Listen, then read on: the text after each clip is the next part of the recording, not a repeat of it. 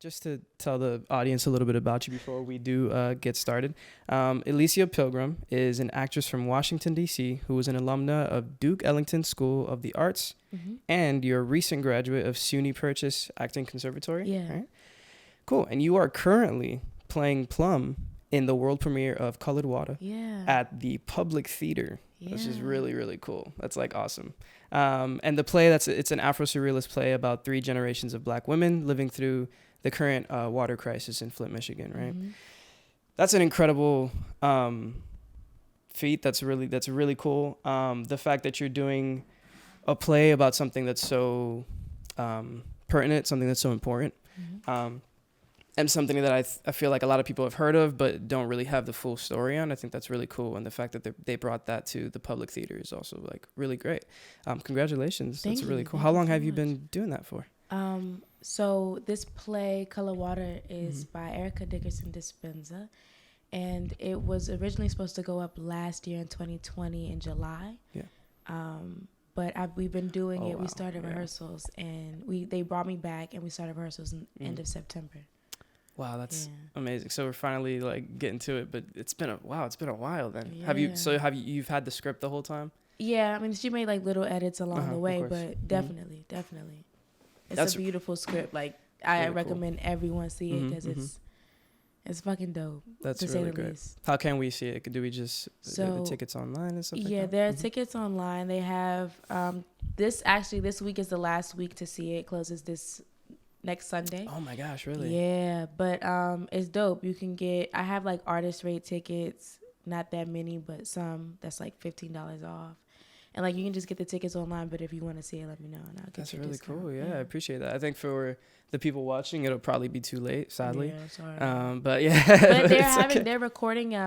They're doing a recording at the New York Public Library, so it could be at the library if you want to go see it. That's actually so cool. So for free. Wait, so how does that work? Do they record the show and then they just have it in the library to watch? So that's the thing about New York is so fucking awesome. Like you can go. That's actually so cool. You can go to the library at the Lincoln Center and go see like off Broadway and Broadway shows from like years.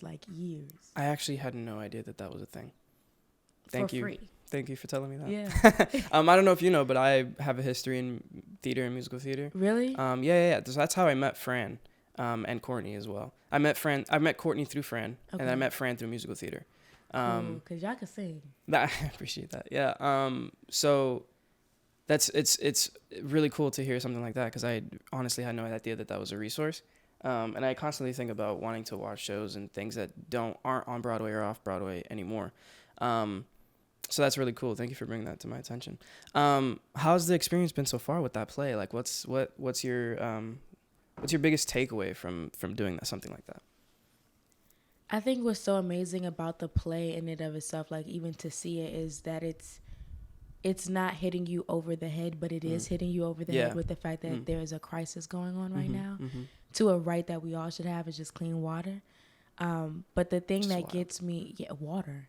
And the thing that gets me the most fucking excited or like one of the biggest takeaways I have is the simple thing of remothering yourself or reparenting yourself and nurturing yourself in different ways, because you get to see with these different dynamics of women, you can see like how Black women show up for each other, how Black women also kind of take jabs at each other in different ways. And doing this and being in this play was remembering the purity of it, and then having to grow up so fast. I play a 9-year-old girl, and like crazy. And she it's not even like not trying to talk my shit, but just being like, that's crazy. That's the ability to do that. Yeah. No, it's crazy that they even have that as a character to me. And what I've learned so much from trying and like getting into that character is like the purity of a child and how often like Black and people of color, like they have to grow up so fast due to extreme circumstances. It's incredible, yeah. Speaking of being young, tell me about your origin story. Like, what got you into art? I guess like what is your life about? When somebody asks about who is Alicia, like what is your what do you tell them? I'm a Sagittarius. Gang, gang. That's not like the first thing I say, but I love to say it. Yeah. But I mean, I think we all figuring that shit out. But the thing that got me into theater or like acting is fucking one. I did it when I was younger, and I was like, this is dope. But then what really got me to like do it instead of like a hobby was I had this teacher, dope ass teacher. His name is Eric Ruffin, and I think he still teaches at Howard University. I'm not too sure, but he taught at my high school, and like he taught us the power of theater and how. You know, it done started so many revolutions in so many different countries and so many areas of the world, and the power of just showing the world what they look like. Yeah. And I was like, oh, that's fucking fire. There like that's powerful in and of itself. So I think that's what got me, in the fact of exposing the truth and you know, just being able to show people what's real and being honest about shit. Nice. How old were you when you got into theater? The first time I ever did like a play, I was, elementary school. I can't remember the grade. Damn. Okay. We were doing Moulin Jr. We should not have been fucking doing Moulin Jr. But I was the Empress and a warrior. We had no business. Doing that shit. And it was like a multicultural school. Yo, let's go. But that was how I got into it. But like when I was younger, my mom put me in like dance lessons. And okay, cool. That's how I started. Nice. But, so you did musical theater too? Slightly. I'm not a big musical theater person. Respect to them. No, of course. But, so you do plays. You focus on the art of acting, like specifically. That's really cool. I'm shy about singing. That's why. Gotcha. My mom's side. Do you sing? I can hold a note. Yeah. Okay.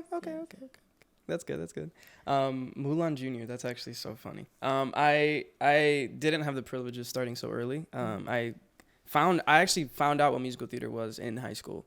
Okay.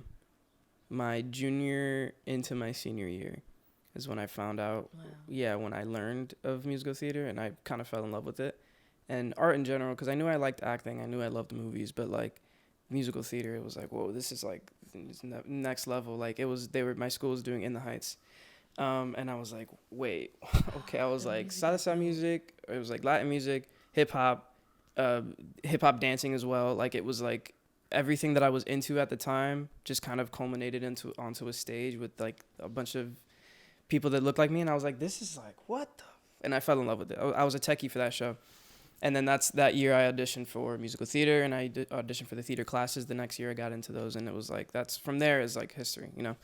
My roommates Joe and Franco, that's how I met them, and then through that I met everybody that's here that I know that I have currently in my life. I met because of that moment, like meeting musical theater. Wow.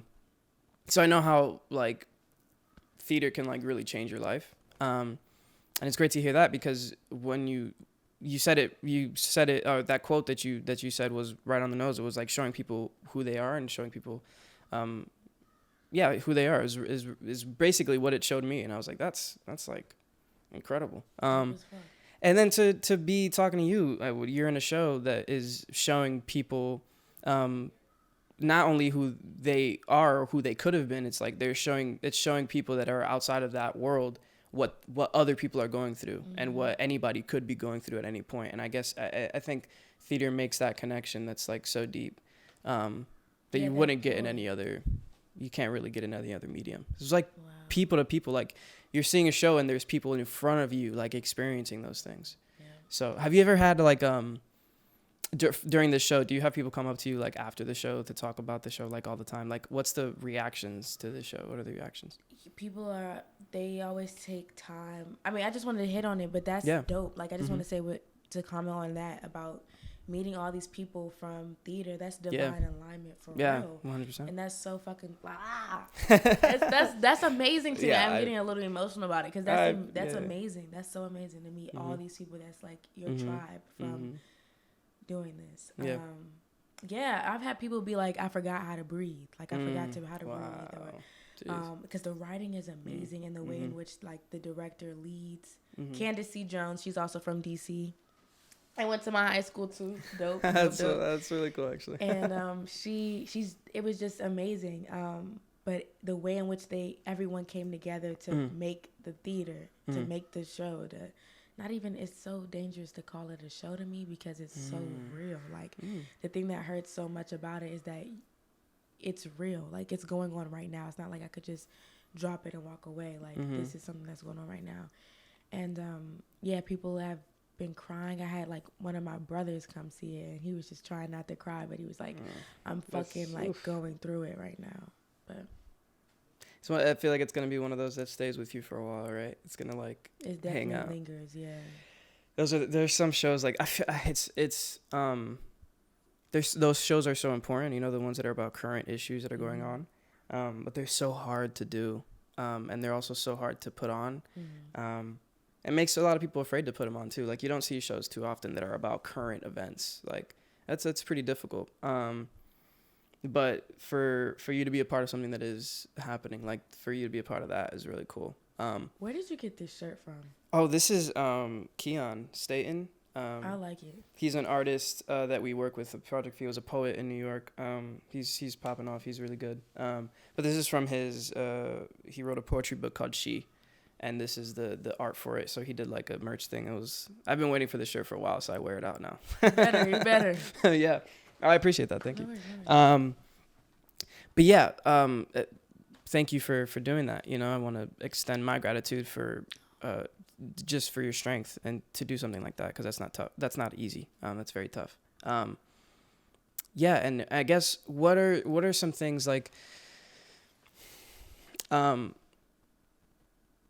do you feel about your connection to Flint, Michigan, and like what's happening currently, and like what's like, is there any response to what's going like on, or like people helping over there? Like the state recently gave the citizens money, but it's not enough to account for like people have died from this, people have received, like, you know what I mean? So it's not enough. And I think even now they're trying to get the guy who did the doc, his name is escaping me, but the guy who did the documentary about the Flint water crisis, to come see and collaborate with the play to try to get it on a bigger volume. Yeah, for sure. For everyone to see it. For more awareness. I think even we've had people from the play, like, see the play and go, like, write to the officials and call people. That's great. That's what donate you want. money. And so we're trying to make, we're trying to, sorry, my brain is spacing a little bit. You're good. No, of course. But we're definitely, there's definitely movement going on. Which is great. That's what you need. I feel like it's been going on for so long too. It's like kind of crazy. The little girl, Little Miss Flint, she is now in high school. Oh my God. Like, I think she started when she was 6. She's in high school now. That's what trips me out. That's wild. She is in I'm like on her Instagram and I'm looking, like, I've been following her for a while, but just to connect that she's been doing that for so long. It's wild, man. Oof. Oh man. Well, I hope that this, you know, what you're doing, and I know what you're doing is going to bring even more awareness and more help. And maybe one day, hopefully one day, you know, we get to resolve that and, you know, things go well over there. So shout outs to Flint, Michigan. I hope they figure it out soon, honestly. Like, it's definitely a national thing, because it can happen anywhere. Yeah, that's 100%. It can happen that's the thing. Even New York, like, everyone's there's like, so many communities that are just so impoverished, and like that can hit. Like, you don't think about it too often, but in New York, like, you have the ability to just drink out your tap. Like, could you? Because there's some people that can't. That's some areas in New York. Exactly. So that's what I'm saying. It's like, you don't really think about that, and then one day, like, it could be that you just can't now. Like, and that's a luxury. Water is like now a luxury, which is like crazy. Like, that shouldn't be. That's like a right. You know, we should be able to drink water at any point in the day whenever we need it. So funny shit reminds me of the Lorax. Yeah, how they was having containers of air. I'm like, that's fucking crazy. That is insane. Yeah, it's Jesus. Well, I guess we'll figure it out one day, right? Yeah. So what was? How did you get into that play? Like, what was the audition process like? How did you find out about that audition? Like, what led you into that area? So I was in school. We were doing Finn by Carol Churchill, and I was playing a 6-year-old little girl, Shona. And my teacher, Susan Shopmaker, she's a casting director. She came. She invited Kate Murray, who went to Purchase as well, but is also a casting director at the Public. And she came and saw me in the show. She also came. First, she talked to us, like, she talked to my class about, the process of auditioning, giving us the rundown, and then also mentioned there was this play that they were casting for, nice. Cullud Wattah. Yeah. And so they were like, oh, and I was just like, okay, cool. Like, I've always wanted to work at the Public, but like, I wasn't pressed about it. I was just like, yo, that sounds like a dope ass play. And just chilling, like listening and shit. And then I didn't realize that she was going to come see the show after. She came and saw the show after. And the next thing you know, I got an audition for this. And I was still in school. And the audition process was dope. Me and my friends were auditioning at the time while we were still trying to find, like, no, were we? Fuck. We were doing showcase. So by then we were doing showcase. And so we were auditioning. And I was just fucking excited to even get the audition to begin with. So it was like it was a screening before the audition, which I thought was kind of weird. It was extensive. That's interesting. Yeah, it was an extensive process. But to get in the room and like meet Erica and meet Candace for the first time and be like, hey, what's up? And like really get to like, after for so long doing fuck shit ass plays that you don't give a fuck about in school, like they need to update the curriculum. Bro. They need to update the curriculum. So many. It's like, why do you? That's a conversation for another fucking day. But it's being able to do a play like, even to audition for a play like that, where it's just like, you know, it's calling for you to meet yourself in a different way, but arrive as yourself. If that makes any fucking sense. It makes 100% sense. Yeah. But like, you don't gotta fucking do no. I mean, in this play I do dialect work, of course, but like, it's not fucking reaching all the way in the back to some shit that you don't feel it doesn't feel familiar. Yeah, I understand that. Yeah. So it was amazing. It was amazing just to audition. I was just stoked to audition and be in the room. I was just crying for the audition. Like I was really like, cool. I'm in an audition.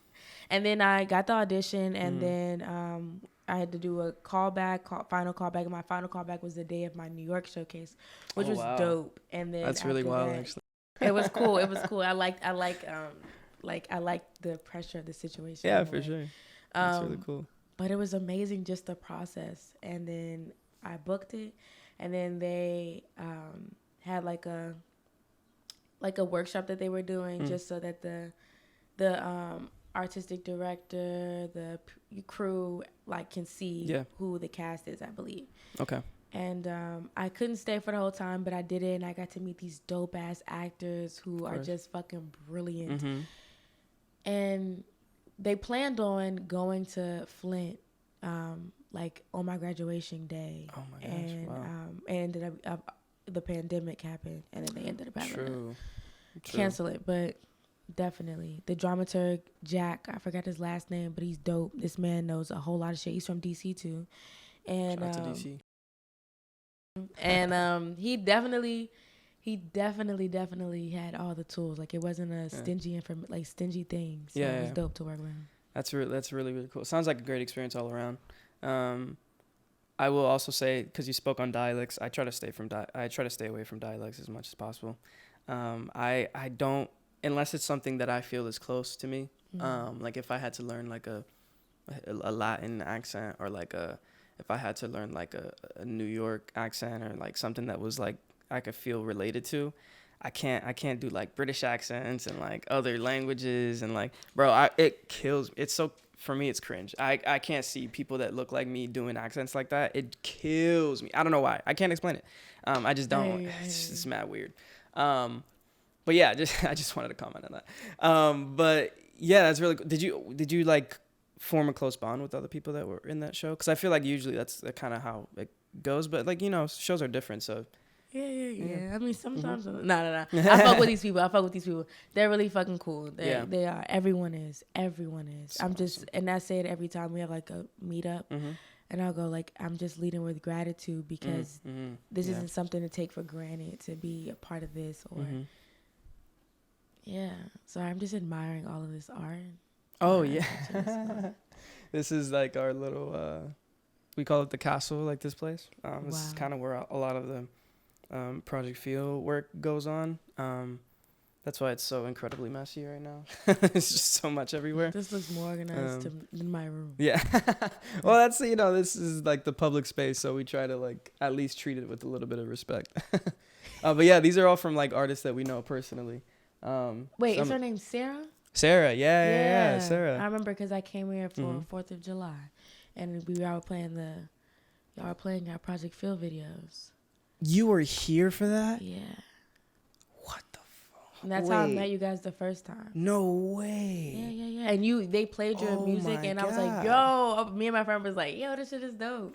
Yo, I remember that. Yo, my memory is so bad. Holy, I forgot. Yo, welcome for the second time to the crib. That's crazy. Oh my gosh. That's actually so cool. I do remember that. That was a while night. Ago. That was. Oh yeah, I heard it was dope. It was a crazy night. But yeah, that was a minute ago. Was that this year? Mm-hmm. Oh my god. I'm sorry. I'm just like having flashbacks to that day now because I'm like, it's all good. Yo, that's crazy. Yeah. Speaking of like the connections, you met Courtney at Purchase, right? Beast. Yeah, she's so talented. I remember. I met Courtney. I think I met her in Orlando at one point when she came down for some reason. I have terrible memory. But yeah, what's that relationship like? How long have you guys known each other, and like what?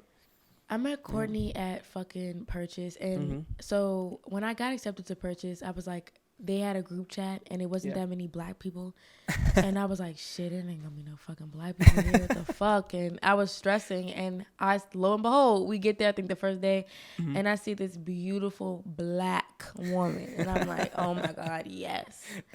And I was just like, I wasn't really trying to have friends at first. Of course, I was just like, I'm here to fucking do my work. Yeah, you gotta focus, right? Serious professional bullshit, which was dumb, because how was I going to survive without these women? You know what I mean? How was I going to survive without Courtney? My goodness. I've been in a few shows with Courtney that I did not want to be in, and Courtney made it worthwhile. Like, that's... There you go. Not only is she talented, but she's just dope. Like, she's a really beautiful, beautiful person.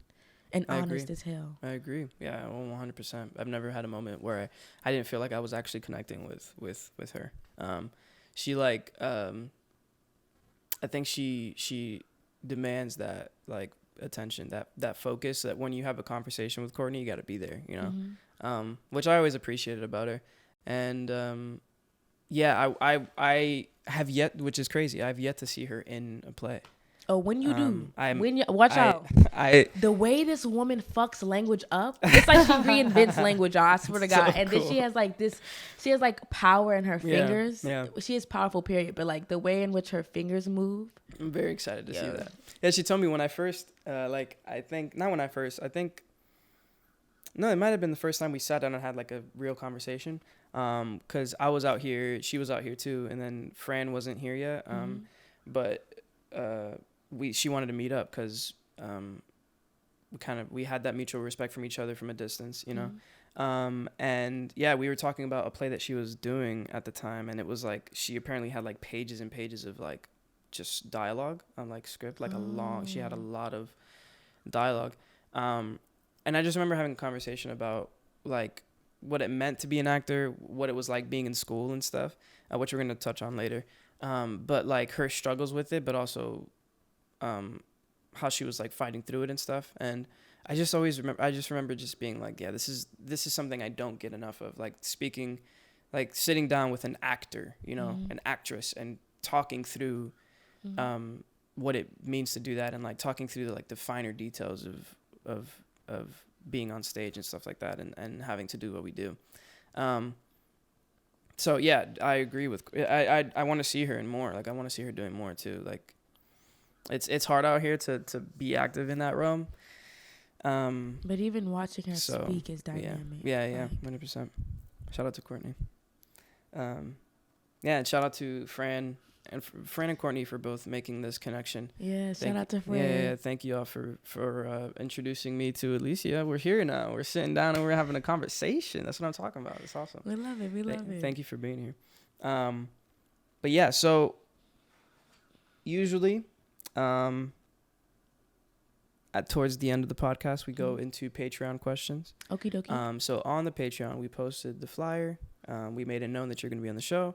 And one benefit that the people on Patreon have is that they can ask questions to whoever the artist is that's going to be on the show. That's dope. Yeah, some names you'll know that are familiar. And then some are going to be some new names that you haven't heard yet, but here we go. So, you ready for this? Ready. Cool. They might be, feel free to like take as much time as you want with the questions. There's some that are pretty loaded, you know, there's some answers that might take a while, so feel free to go down your train of thought. The first question is from Daniela. Danny, she is our social media manager, actually. She asked, what is the best advice you can give to a struggling performer? She is also an actress. So yeah, what's your best advice?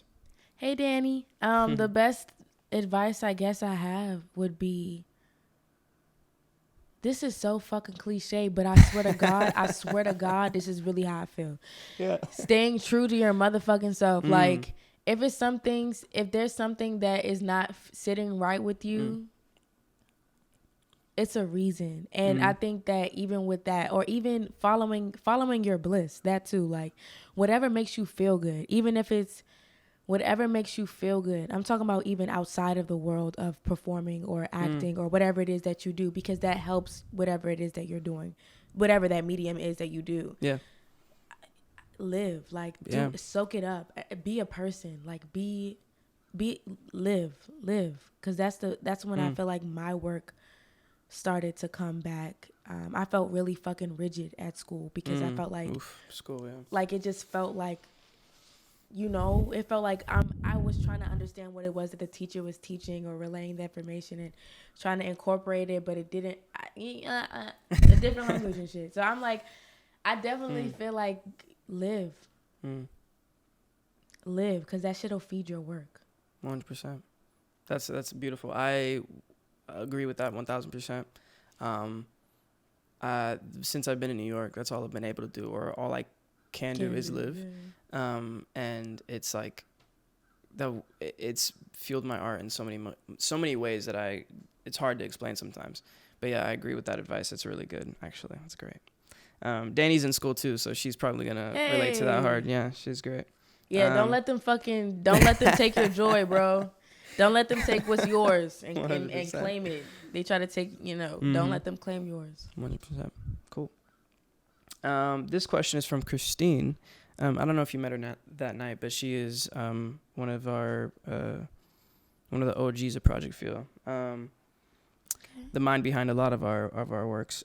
So from Christine, what plays have inspired you the most and have influenced the way you portray your characters? So the plays that have inspired you the most.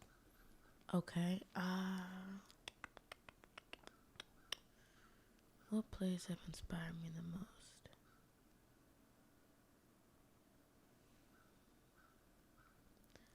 One play inspired me that stays with me for a while is Yellow Man by Dale Orlando Smith. It's a 2-person play, and you can't hide when there's a 2-person play. You can't hide, period. But like, especially you cannot hide when it's a 2-person play, and it's kind of giving. I actually went and saw it at the New York Theater library. What the fuck? The New York Library, Public Library at Lincoln Center, with the theater archives, and I read it before I saw it. Eric Ruffin, he gave me that play and gave me a monologue from there to do, and I fell in love with that because essentially I thought that woman was playing. Originally, Dale Orlando Smith plays all of the characters. Wow. And even in that, to be able to explore all these different people, that's dope. But the simplicity of it, but also how nuanced it is. Oxymoron. But I think it's a thing of, it's that play really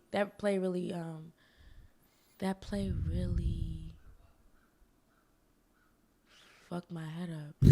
And the most like, cause I was younger when I read it, and I was like, oh, it talks about colorism within the Gullah Geechee community. Like, it talks about a whole lot of shit, and I think that's what's so amazing about plays is that it's universal. Yeah. It's universal. Yeah. Something so specific could be so universal. Yeah. How these plays affected how I approach a character. Yeah, how you portray characters. I don't know if these plays ever influence how I approach, but I do think that whenever I meet people and me being so empathetic about certain shit, it's about giving justice to that person. Yeah. Like seeing somebody and going, oh, okay. Like it's just about, I don't know if a play ever has. That's interesting. Inform the way in which I approach. I think it depends. I guess if that specific play would inform how I approach that character. Yeah, for sure. So sure. Definitely with Cullud Wattah, that's great. I'm able to see how to approach characters. Like I'm in the back. I'm in the back watching these women go at it. It's a master class for me. Yeah. Like I'll be in the back. I'm really supposed to probably be preparing for the next scene. So I'll watch a piece of a play, piece of the scene and get ready and do my business. But I'm like, oh my God, like it's a fucking master class. But the way in which the text will inform how, in some way to me, the text sometimes informs how I approach the character. Most times. Yeah, it should. Yeah. That's great. There you go. Beautiful answer. Yellow Man, you said, right? Yellow Man. That's awesome. Okay. This question is from Michael Combs, who is he's a part of the team, but he does our lighting. He lives in LA now. Or not LA. He lives in California, I think San Francisco. But yes, his question is, how much do you depend on solid trust with your scene partner? And then the second part is, how do you move past barriers and personality types to ensure that the work gets done on stage? Damn. It's good. Yeah, it's a That's a little sticky question right there. Here you go. I mean, I think it goes back to actors we have to have that mutual respect of we're here to do the work. And I haven't, thank God, I haven't ran into anyone. Take it back. Shit. I've worked with so many dope people that clouded that clouded that experience. But like some people are fucking dicks. But I hear you. I forgot the question that quick. Yeah, it's cool. How much do you depend on solid trust with a scene partner? How much of the equation is like the trust that you have with that person? Well, I guess it would depend on the scene, but definitely, it's definitely a thing of like we're both trying to tell the story. Yes. And it's a thing of respecting that it is bigger than you and respecting the craft. Yes. Niggas say that shit all the time, but it's the craft. That's my favorite word when it comes to acting, because it's an actual craft and people don't always see it that way. So.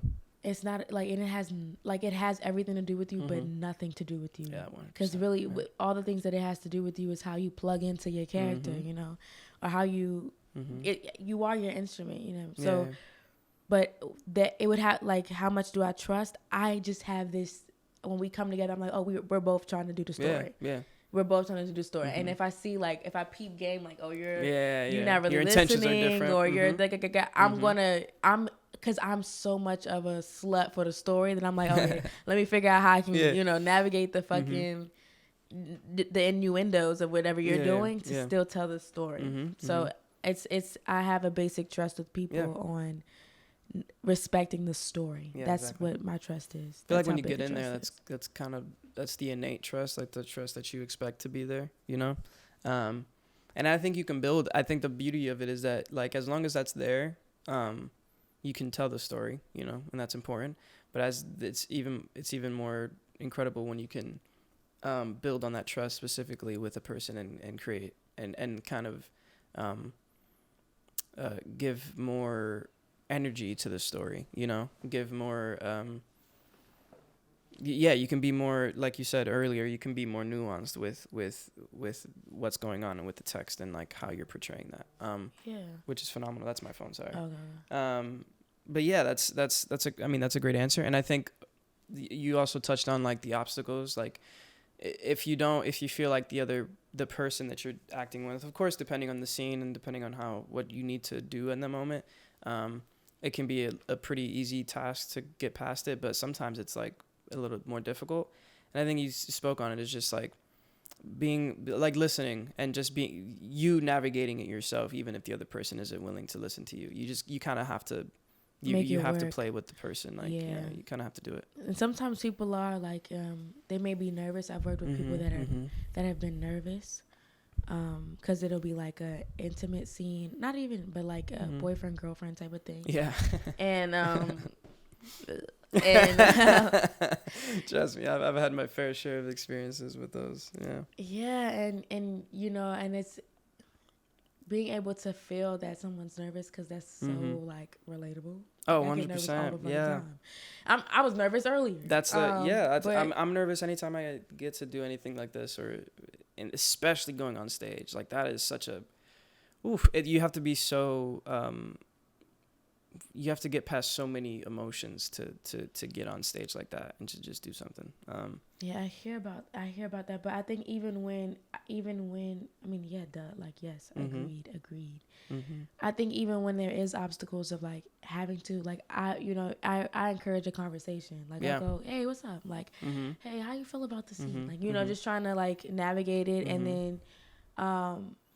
and then seeing in what ways, like, what make it not about me, but make it in what ways can I help you? Yes. Like, can I help you with because at the end of the day, it is the story. So I guess moving past that obstacle is to just meet the person with humility and be like, what's up? Like, what do you want? Like, and in some ways, that's like how and at the end of the day, that's about building trust. Like, that's how you build trust, is by having those conversations, for sure. Definitely. That's great. There you go. Question from David, who is also a part of the team. And do you have, the question is, do you have a pre-show ritual that you like always go to, always stick to? Do you have anything like that? Yes, I do. I'm going to share a little bit because part of it is my like. Of course, you don't have to, I understand. It's a you know. No worries. For sure. So something I like to do, a pre-show ritual that I have for this show in specifics, is we come together as a company and the crew every time before a show, and like all hold hands and like just spew out what it is that we're doing, or what is it that we want, or what is it that we're claiming in the space. Yeah. And that helps me. That helps me connect with them, and it helps me ground too, because sometimes my energy is so like it's just like I'm doing my work as for the character, but it has to have feet. Like Plum is young, but her spirit is old, so it's like I have to be able, like, I need to find the ground, because sometimes I'm like, that's beautiful, trying to be up in the youthfulness of it all. when you're a younger character, it's and tough. so I'm like, I gotta get down,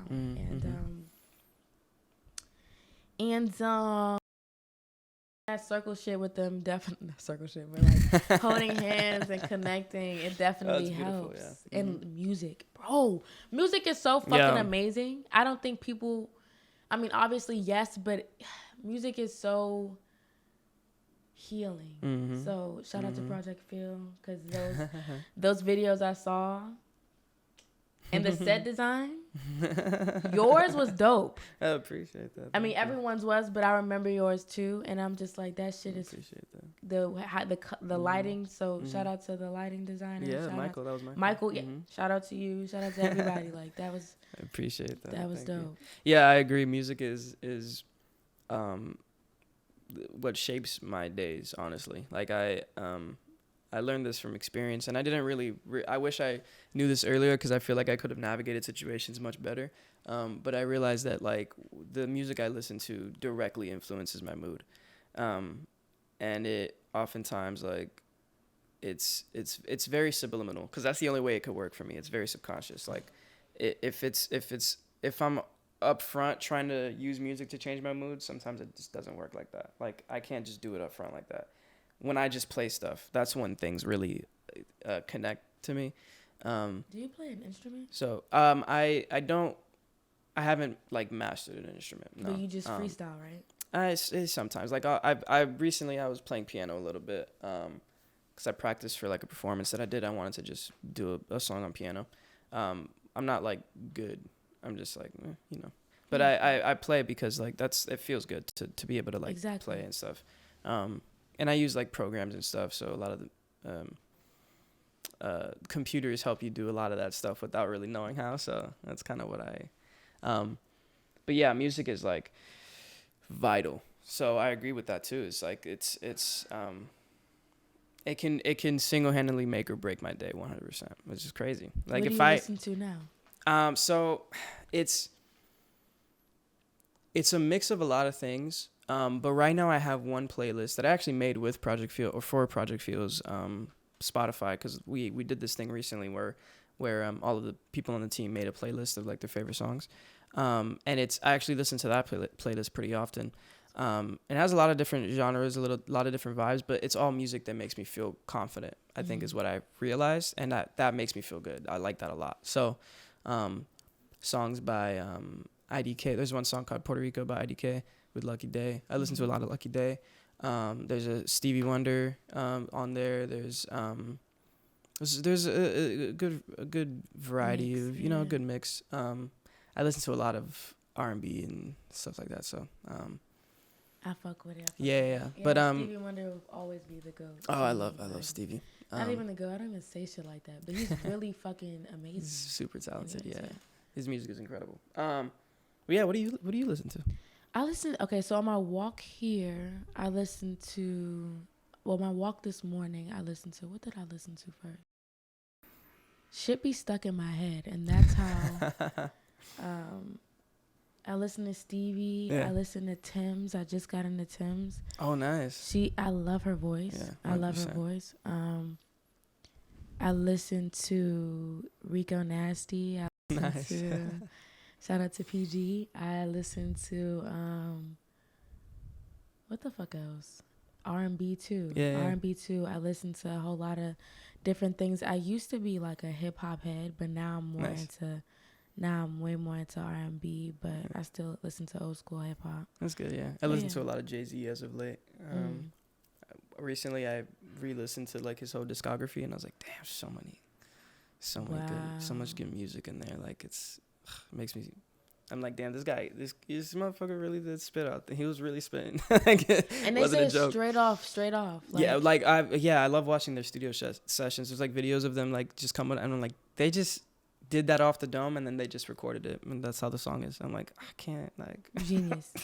Crazy. I like to watch. It was I love watching shit like that, like studio sessions, because like for instance, when was it the pandemic? Or no, it was like my sophomore year of high school, and I'm at college, and they came out with this Bad Boys documentary highlighting on P. Diddy, and he need to pay them people their money, but I fuck with his hustle. 100%. I fuck with his his hustle, but his willpower. His drive. His drive. I definitely fuck with that. So I love watching shit like that and seeing how people. 100%. It inspired the way I make my music, because I know a lot of people that sit on shit for a long time. Like they make a song and then they don't release that song for a year, and I'm like, I can't do that. Like I can't imagine doing that. So when I watch people like that just like do stuff off the dome, they're like, man, fuck it, like put it on there. Like it's good enough. That's what I love to do. Like my music is that. Like anything that I have out right now was just like 1 or 2 studio sessions at most. Wow. And that's it. Like just drop it. And I think that there's a balance, there's a balance in when I do go to do that long project, that album, I'm going to be on that for a while. But when you're making stuff that's like for a specific reason and you want to like say something, you want to get it out, you got to get it out. Because if you wait too long, then you're not going to want to say it anymore. You got to say it. You know what I'm saying? So, but yeah, that's great. A question from Fran. Hey, Fran. Hey, girlfriend. How was, because she has a initial one that was top 3 favorite roles. If you can answer that, go for it. But I know it's a bit of a tough question. Top 3 favorite roles. Yeah. I love Lady M. Will always and forever love that woman. Willie Shakes did his thing with that girl. Yeah, she's my number 1 hitter right now. Plum will forever be. I love that. This girl is life changing. Yeah. People be like, oh yeah, no. So much about myself in this role that is crazy. And what will be the third? I don't got a third right now, so just skip it. Got you. And the next question from Fran. How was your acting school experience, and how has it helped and or hindered your creativity? Friend know the tea. That's why she's asking. They was crazy up in that. I mean, don't get me wrong. We done had some good. I had. It's crazy because you get a company and it's supposed to like reflect the world. Yeah. So you get people that never really interacted with black people or people of color, or you know what I mean. And so there's ignorance that goes around with it. And I get real precious about myself and my art in situations like that. Well, I learned that about myself. We had some dope teachers. Akil Apollo Davis, that was our math teacher movement. He taught us so many different fucking beautiful things, and had us looking at ourselves in ways in which, like, in order for us to grow, and that definitely affected my acting. Definitely affects the way in which I move through the world and how I see people. So that the teachers, you know, it's that dichotomy of, you're teaching something so fucking... Teaching is noble already, but yeah, of course, it's a noble profession. Shout out to teachers. But to teach something like this, where it's like so precious, and in a lot of ways, it's some, you know, people are in different stages of their lives when they come and do this type of training. It's important that you step outside of yourself when you teach these kids, because you're asking them to teach, not kids, but people. When you're teaching, you're asking them to step out of themselves to do the work or to grasp what it is that you're throwing out there. So it's important for you to, and also realize that this is not, you're not in a hierarchy, because you're teaching. We're both learning something from each other. That affects the way in which, like, I would teach, being taught by certain people in the conservatory. I've also experienced people that really were rooting for me, in different ways, in ways in which, you know, that whole situation. But I was able to meet people and not just meet people and see them. And see them and be like, oh, that ain't for me. And be able to move from that. But when I tell you, these motherfuckers are conservatories all over the fucking world need to be checked. But specifically in America, they need to be checked. The way in which y'all accept people of color needs to be checked. If y'all gonna accept people of color, y'all need to make sure y'all have plays and work for them that relates to them. Because in order for them to step out of themselves, they would have to know who they are first and make sure that they were solid with themselves. Yeah, or be able to work on some shit that they fuck with. You know what I mean? Yeah. That should be simple. We don't always have to fucking do work that we don't give a fuck about. I've done a lot of plays at that school that I was just like, were y'all really thinking about us to do it? Were you thinking of us as a whole? Yeah. To do this play? Yeah. And that is why that's why I was crying about the audition for Cullud Wattah, because I was like, yo, I fuck with this play. Finally, it's dope. It's something that my soul is screaming for. It aligns with my artistic mission and, like, you know what I mean? It's dope. Sorry. You're good. It's amazing. So I guess it was what taught me was being able to still, I'm going to always show up for the work. I'm going to always tell the story, but the way in which I go about it, Purchase definitely helped as far as giving me not shitty plays, but plays I don't care about. Yeah, 100%. It helped a lot. That's good. I'm peeping this Cowboy Bebop picture. Did you watch the live one? Yeah, no, I didn't watch the live one. I'm starting it. I painted that one. Okay, dope. But I love that's my favorite anime. The music. Oh my god! Don't even get me started. I got put on. Thank God that I got put onto it, because I was like, what the fuck is this? Jazz and anime are, like, my favorite artistic connections. And in turn, because of that, so is R&B and anime. R&B and anime. I got you. All right, you heard that. So is R&B and anime. For some reason, like, those connections just mean so much to me, because they connect worlds things that I came from, that I loved to watch as a kid, and something that I discovered later in life because of, like, my shelteredness. And they both mean so much to me separately. When they come together, it's like my favorite thing to watch. So that's why Cowboy Bebop is one of my all-time tops. Like, the story is great, it's really great, but the music is like, the music changes. It's life changing. But yeah, did you watch you said you didn't watch I'm taking my time because I haven't even finished Cowboy Bebop, the animated series yet. Oh, you gotta finish it. But right. I love it. Nice. Okay, good. I haven't. I guess. No. The live action. Yeah. It's a little weird. But, okay. You can never you can't. They gotta let stuff Adapting, go. They gotta let stuff go. Adapting anime to live action, man, just doesn't work. They gotta let it go. And they did that with Powerpuff Girls. And I will never forgive y'all. I will never forgive y'all because I don't even know what Mojo Jojo looks like. But the girls should not be looking like that. You heard it from me first. 100%. Yeah, 100%. Cartoon. It's just like the world of animation and creating characters in that world. It works the way it does because it's animated, so you can do more. You can create characters in that world. When those characters are taken out of those worlds, they're not the characters anymore. They're not the same. They can't be the same. Yeah. And when you try to make them the same, it's cringy as hell. Like it's so cringy.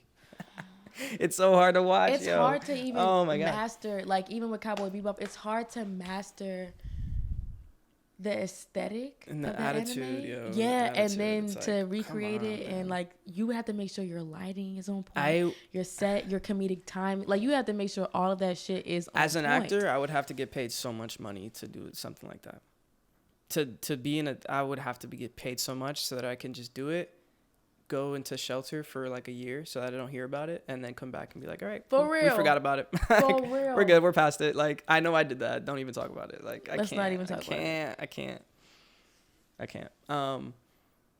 Yeah, it's crazy. I think it's also because of the world we live in with like Marvel and DC and stuff. Like those work, right? Like they figured out how to take comics and make it into live action. But that's because like those are grounded stories. Like those are very grounded stories to start with. But Powerpuff Girls? Like, and I know that's not an anime, but bro. But that's, come on. Like that's, let it live. But they also they also were not doing it. They just the initial photos, man. I feel like that shuts down production immediately. You gotta stop. Right.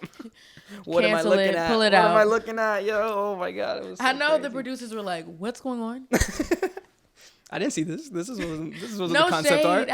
I hate to do this to the artist, but no, we should have just said no. Yeah, you can't. We should have said no. I blame this like cyclical media, man. Like they just want to go in circles with everything that we do. They want to just remake everything, bro. I'm sad. It's over. Matrix is coming out again. I'm like, okay. Like sometimes I'm like, okay, like it's fine. Just make another one. You know, I guess people want to see it. You know, it's a universe that people care about. But damn, like. Can we get something like really fresh, you know, something super fresh, not based off of like, okay, if it's based off of a book, that's cool. But like something that's not based off of anything else, that's like made for a movie, you know, because like with any adaptation, it's not made to be presented in that form. It's not. So to just change you have to change the story so much. And you'd have to do so much shit that is not, and that's why I think writers end up feeling a little bit of ways about that. Like they have to think about it real hard before they say yes to making a book into a movie, because the beautiful thing about a book is that it ploys into your imagination. Yes, exactly. That's how they write it too. Like that's the point of it. So to adapt is like, that's very, very, very difficult. And even when you do it perfect, even when you do it so well, there's still like countless complaints. Like you still will miss so much of the story. And that's just how it is. Like that's you're never going to make a perfect adaptation of a book to film. Like, sorry, it's just never going to happen. But my optimism is like, maybe, but yeah, you're right. Cause like and I mean like long form novels, like specifically, cause with comics, there's like, you know, some comics are like 20 pages long, you know, and it's really simple. That's something you could easily put on screen and have it work. Like you can build really strong worlds with that and have it feel original. But with books, man, there's so much information in those books, and there's so much world building that doesn't go into the movie because of, you know, like you have a time constraint. Like you're so constrained. I don't know why we're so addicted to it. I wonder if we'll ever get out. Oh, nostalgia? Yeah, the whole like vintage, like taking everything from the 60s, 70s, 80s and making it fresh. Like there's this quote by Robert Lee, I think. I know it from this play. It's called, I think, Inherit the Wind. We had to read that shit in school. It was in my middle school. But it's if you don't learn from your, I'm loosely saying it, but if you don't learn from your past, you will inherit the win. Basically, like it's gonna just keep happening over and over again and over and over again and over and over again and over and over again. And I think that, like I'm praying that is something that it's about having the confidence to just show up and be different. And I'm praying for that for myself. I'm praying for that for all artists. You know. To be able to consistently show up as yourself all the time. We don't have to keep selling out. You know, or that, and then also, like, to dare to be to show what is in your mind to everyone else. 100%. It's beautiful. I feel you. I lost that completely. I lost my train of thought. That's a good segue to the end, I think. Ooh. So look at that. There you go. So to end it off, something I love to do every time. First thing, tell us what you're doing next. How can we support you in any way that we can? Give us your information. Your Instagram's already on there, but just give us, any way we can support you. And then after that, I want you to give us some words of wisdom to leave us off with, and take your time with thinking about both of those things. What am I doing next? After this, I'm taking a nap. Yes. I don't know what I'm doing next as far as after this. God's leading that. And what was that on? Words of wisdom or how can we support you? That's the... Damn, I don't know. Yeah, follow me on Instagram. Let's connect. Let's talk. Let's all connect. Words of wisdom. I think everybody needs to have a good guttural belly laugh every day. That shit really, I feel you. That shit helps the soul. Yes, so yeah, 100%. That's beautiful. That's it. That's what I got. I love that. That's so good. That's really good. I'm sure people after this are gonna definitely be looking for that. So that's really great. For that laugh, yeah, I get that. 100%. Thank you for being here. Thank you for having me and your patience. Hector was amazing. Of course. Listen, it's an honor. I've been dying to have this conversation with you, so I'm glad we finally got to do it. Same. And yeah, I can't wait to see what you got going on next. It's very exciting. So thank you for gracing us with your presence today. Thank you for appreciate having me. Thank you. So bye. See ya.